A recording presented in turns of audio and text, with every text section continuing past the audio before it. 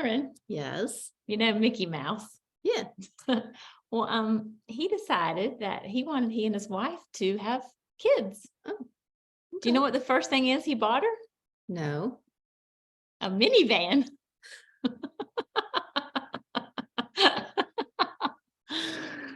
Oh, yeah. Oh my goodness. Okay.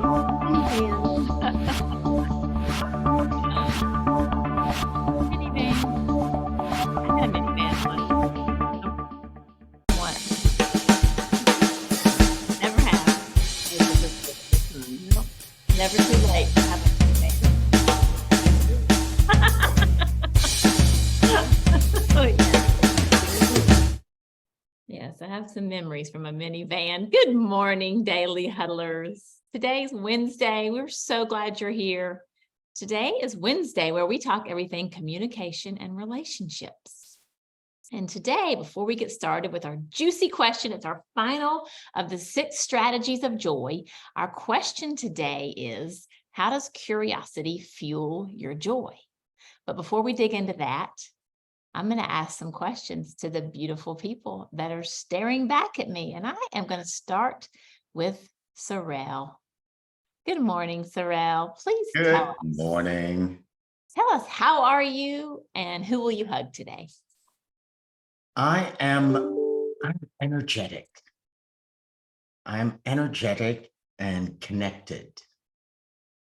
And I'm going to hug my friends Brigitte and Dr. Nick today. Wow, fantastic. It looks like you have a beautiful day planned. Uh-huh. Oh, that's awesome. That's awesome. Rashida, are you with us this morning? Good morning, my family daily huddle. Good morning. Please tell us this morning, what are you grateful for? I am grateful to be here in this space that I share with my daily huddle family, and I'm grateful to have the opportunity and the know how the universe have blessed me this morning to be awake. I love it. I love it. You sound so genuinely grateful every time I hear your voice. Let's ask Fareed our last questions. Good morning, sir. Please tell us, what time is it? And I also want to know what you're grateful for. Good morning. The time is now. And I am grateful for today. I am grateful for me and to see another day. Outstanding. I love hearing that. Thank you for sharing. We're so grateful that you are here. And today I am grateful to be sitting right beside my co-host, Kathryn Sabol. And we are going to talk about curiosity. But before we do that, I'm going to turn it over to Kathryn because we had a juicy conversation about another reason why we want to stay curious. So talk to us this morning, Kathryn. Well, yeah, our question of the day is, how can curiosity fuel joy? And when Tara mentioned this, she said, I know what you need to talk about. And I went,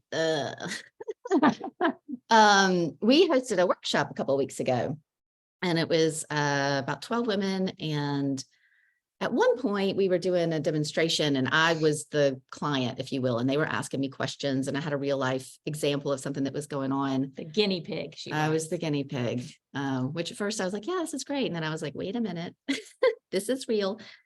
And at one point, one of the participants said, can I offer you a challenge?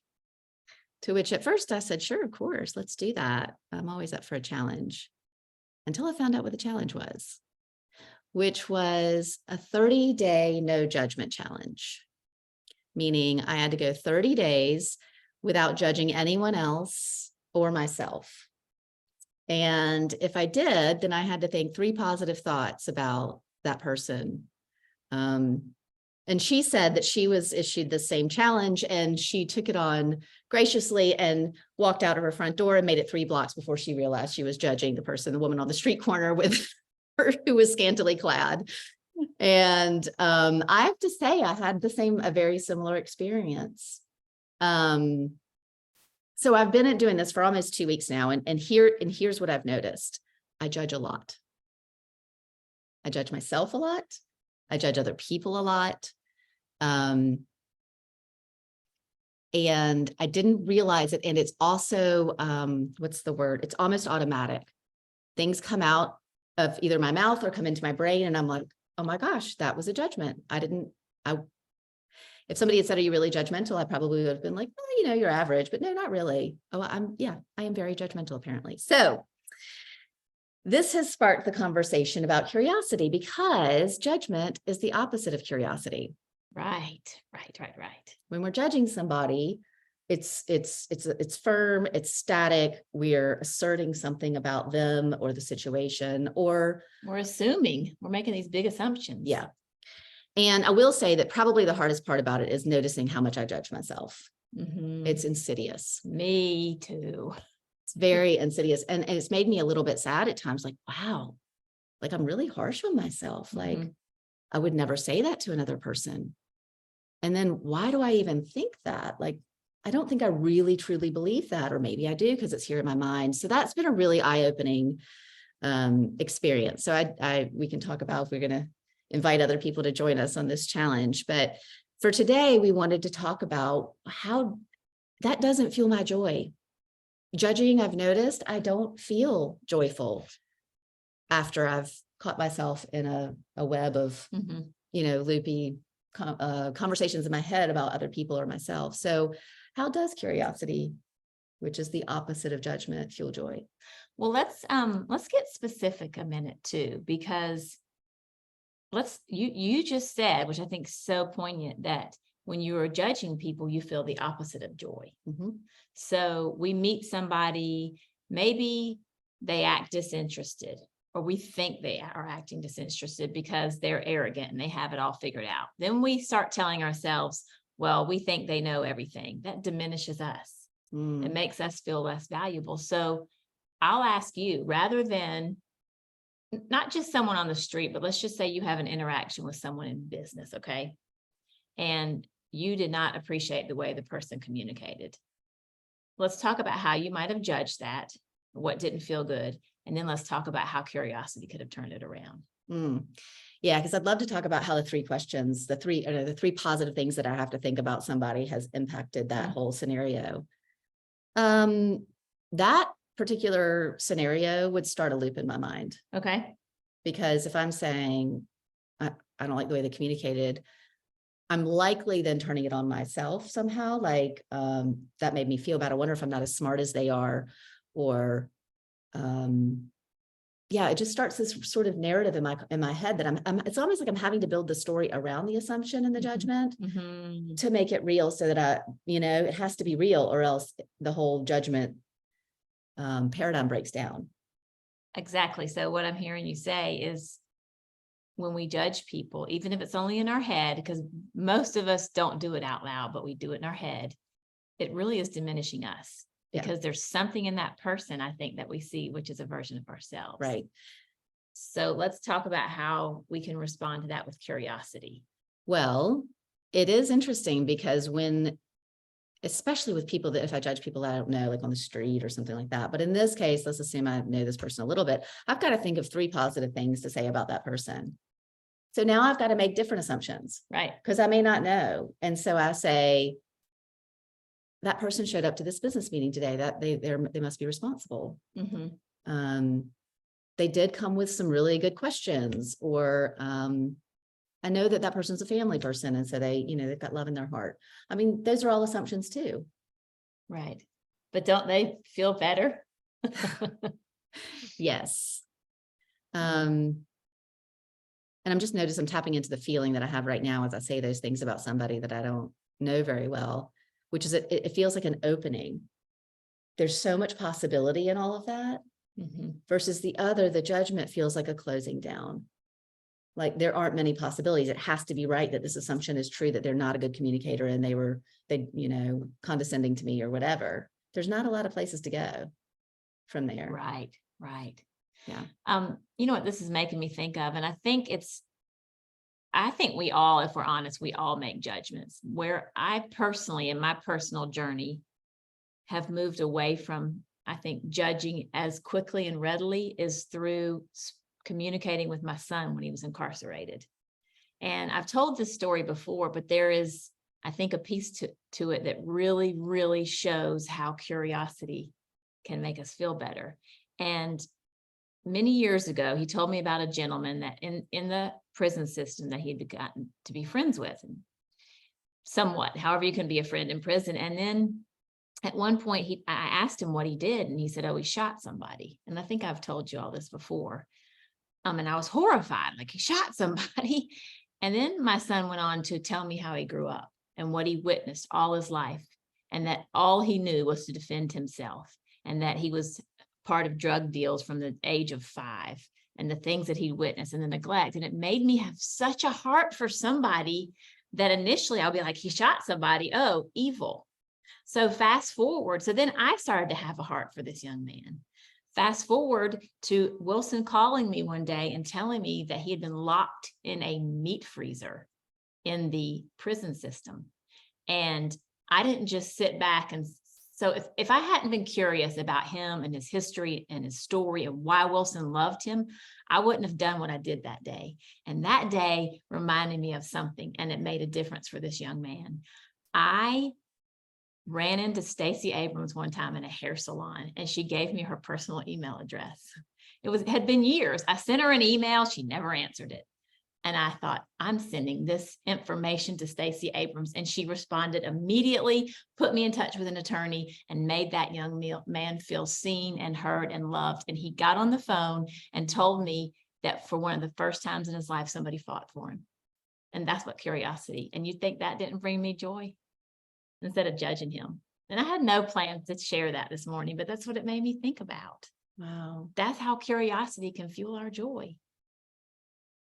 It brings tears to my eyes. Mm. I think, and it's amazing. You're amazing. Sometimes we learn the most beautiful lessons from things in our lives that we would never dream. And I think it's the saying, as we hear, like, don't judge a book by the chapter that you walked in on.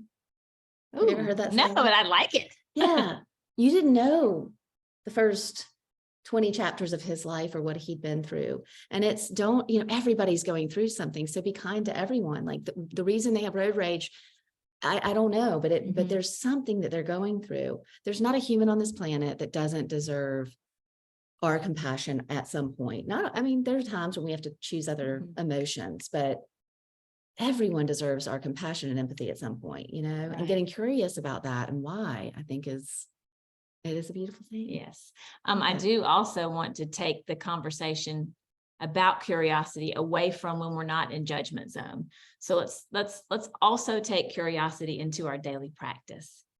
And, we are busy. We are a hustle culture still today, trying to get things done, get it through our to-do list, have conversations, get on phone with whomever we have to talk to get the doctor's appointment, to make life happen, right?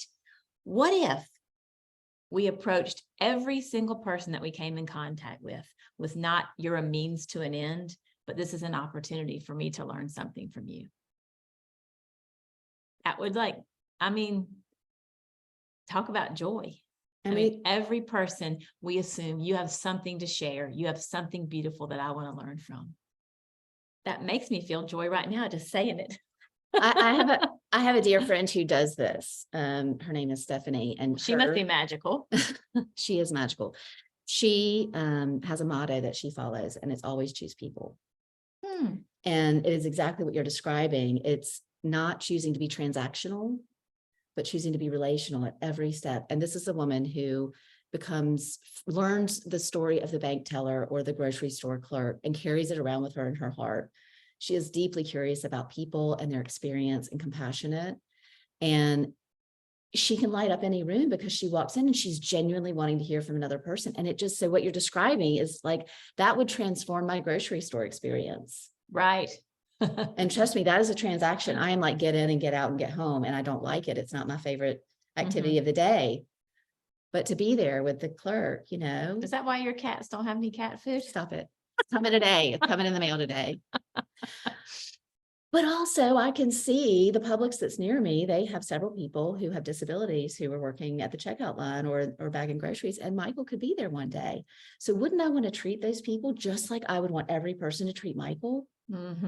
sometimes I catch myself and I'm like, if Michael were on the end of that and I watched that, I would be so horrified. So I check myself and go, let's be kind and generous. Oh, So do we share that? I remember I used to go through a lot of drive-throughs for my lunch years ago. And I remember being frustrated with the inability to move fast and get the order right. And then over time, I became a mother of a daughter with a child whose brain is deeply damaged. And I forever now realize not everyone has a healthy brain. yeah. Not everyone is as capable as the next person. And it makes you wonder, what's their story? And what joy can they offer? It's not even a bad thing. Like that's the other thing, this whole neurodiversity. It's like, it's just a whole different experience that we could learn from and learn about. Right. And right, to see things through the eyes of folks who maybe used to frustrate us, but as we grow through this, deciding to be curious, that we look to learn from everybody, not just professors and doctors, right? That we look to learn from everybody we come in contact with. And to me, that feels joyful. And at the end of the day, to me too, at the end of the day, I'm like, I know this with my kids. The one thing that will come up, like will mess up our evening is if I'm stressed and frustrated. Everything else we can work through, tantrums, wonky bedtime, mealtime that goes awry. But if I'm stressed and frustrated, nothing's going to go well. And trying to rush through life and get these things done versus, that help being curious and choosing people helps me to show up relaxed, calm, and create a healthy space for my kids. Absolutely. I wonder if, I know we've got some hands up. Yeah. What time is it? I don't know your computer. We're good on time because I want to offer some strategies around this too, but I know we have a hand up. Yeah, Chase. Grand Rising Beauties. Another topic that could go on an hour and a half easily. Anyhow, when I think about judgment, I always want people to remember that we're not always judging. Sometimes we're assessing because our body always wants to protect us, right? So we can sometimes use that word synonymously, and it's not really what's going on. We all have to judge or assess something that's coming toward us. If it's a dog, if it's a pretty girl, a pretty guy, if it's a manager, we have to see what we're going to do before that thing approaches us. Yeah. Now, if it's not approaching us and we're just looking at it from across the room, there is a certain amount of assessment as well. It may not be judgment, but we may be calling it that, right? Not to say that we don't judge, because we all judge. All of us judge. It's part of our mechanism. Yep. So I wanted to say this because there's someone that I know that works at a restaurant, totally like curmudgeon to the 15th power. And every time I see her, from the moment I ever saw her, I said, hey, how are you? Hey, how are you? Every moment from that moment, she'll give me like 3 milliseconds to like connect with me. And I always wonder, like, why is that way? So I started deep diving, asking other people, like, what's up with her? Why is she? That's just her. Oh, she had a bad relationship with her dad. Oh, she was raped. Oh, everybody's got like a certain, reason, whatever. And I thought to myself, well, because of the way I was raised, I always saw my parents always engaging with people. Everyone loved my mother and father wherever we went. I got that. Now people say, God, how do you know everybody? And people used to say, I used to say that to my mother. How do you know everybody? Now people say it to me. So I say to myself, well, what if there's 20 people on the earth that were meant to engage with her, to pull her out of this, to let her know that she does matter, to let her know that she could be happy, she could smile. What if I'm that guy? What if I'm one of them? So I keep not pushing, but I'll talk to her, say hi, what's up? How was your weekend? It was cool. What'd you do? Nothing, like I was just was home. Okay, cool. How was your day today? It was cool. It's the same thing over and over, whatever. She'll never say hello to me first, ever. And if I say hello to her, she'll never give me more than. Now, some people could say, you're judging her. However, there's a perspective there that says, okay, I want her to be happy because I think it would look better on her. She's a beautiful girl. She's from like Croatia or something like that. But the other side is she's not taking away my happiness. Not at all. That's a really good point. Yeah. It's just like, oh, like you're awesome. You're a beautiful girl. You're intelligent. I saw you be here for a while, whatever. And cannot break through to her at all. So now when I see her, I just say hello and I don't push anything. I don't say anything else, whatever. She's cool. No problem. Nothing. And once or twice, every now and then, I'll see her with one of the people in the place because she's a bartender, totally animated and opened up. And I'm like, she can do it. There, She she's just in there. chooses not to do it because whatever, Yeah. she doesn't want to. And that's I it. love that. I love that you keep pushing and, you're seeing it with curiosity, That's and what I'm saying. I wanted to say one other thing about the assessing, because I think that's fantastic. And I have noticed that, Chase, and I've asked is this a judgment? Because you're right. There is this whole assessing of people as we are navigating our lives. And then it's like, I don't know if it is, and then I'll say 3 nice things about myself just because it feels good and because that's part of the challenge. But I love that you're approaching this with curiosity and that you don't give up and you haven't, she just is who she is. Right. That's nothing I can do. I'm a New Yorker. I'm assessing every face that I see. If you could get inside my head and look at my eyes, you'd be like, wow, how did you just look at everyone? Because I have to. It's New York. I don't know what's going to happen. I got to be very careful. I got to be mindful as I'm walking down the street, and but judgment is not where I want to be. So, but I understand what you're talking about. It heightens it for me. So thanks for saying that. Thanks, Chase. Thanks for that. Yeah. And thanks for that perspective. I think it's a really good distinction. Sorrel. Don't worry, I didn't judge that you're on mute and started talking. I didn't. Actually, maybe you did. If you didn't, I did. That's right, assessing. So thank you so much, Kathryn and Tara. I'm discovering something about the nature of being me as a human being. Is that I judge the judging of others, and I judge my judging. Mm-hmm. So it puts me in a place where I'm out to end judging. And then I find myself in a quandary because to be a human being is to judge and assess. Yep. So what I'm seeing is that, maybe judging and assessing isn't quite the opposite of curiosity. Mm-hmm. The judging and assessing is the access to curiosity. Like through the challenge, I love the challenge. Like I can take on this challenge, and every time I find myself judging, it's my access to curiosity. I can say, oh, I'm judging. That's cool. Let me be curious. And the biggest place I find an opportunity to be curious is to actually be curious about me. Mm-hmm. Like I have this notion that being curious about others is a good thing. Like I'm being a good person. I'm not judging. I'm being curious. And then when I judge about me, I may say 3 positive things, but I'm now seeing an access to being curious. It's like, oh, what's behind that judgment? And so for years, I mean, it was a long time as a teenager. I judged myself being shorter than 6 feet. It was like in Haiti, in French, you say 2 meters. If you're not 2 meters, you're short. Mm-hmm. And so for a long time, I judged myself for that. Mm-hmm. I should be taller. And there's a lot of those shoulds that are there. Mm-hmm. And I used to say positive things about myself when I would say, oh, well, you're too short. Well, but you know what? You're really smart. Right. But that never really did anything about the feelings and the emotions I had about being short. And then I started being curious about me. And I found out that it really had nothing to do about me being short, but it had a lot to do about me thinking that I was worthless. And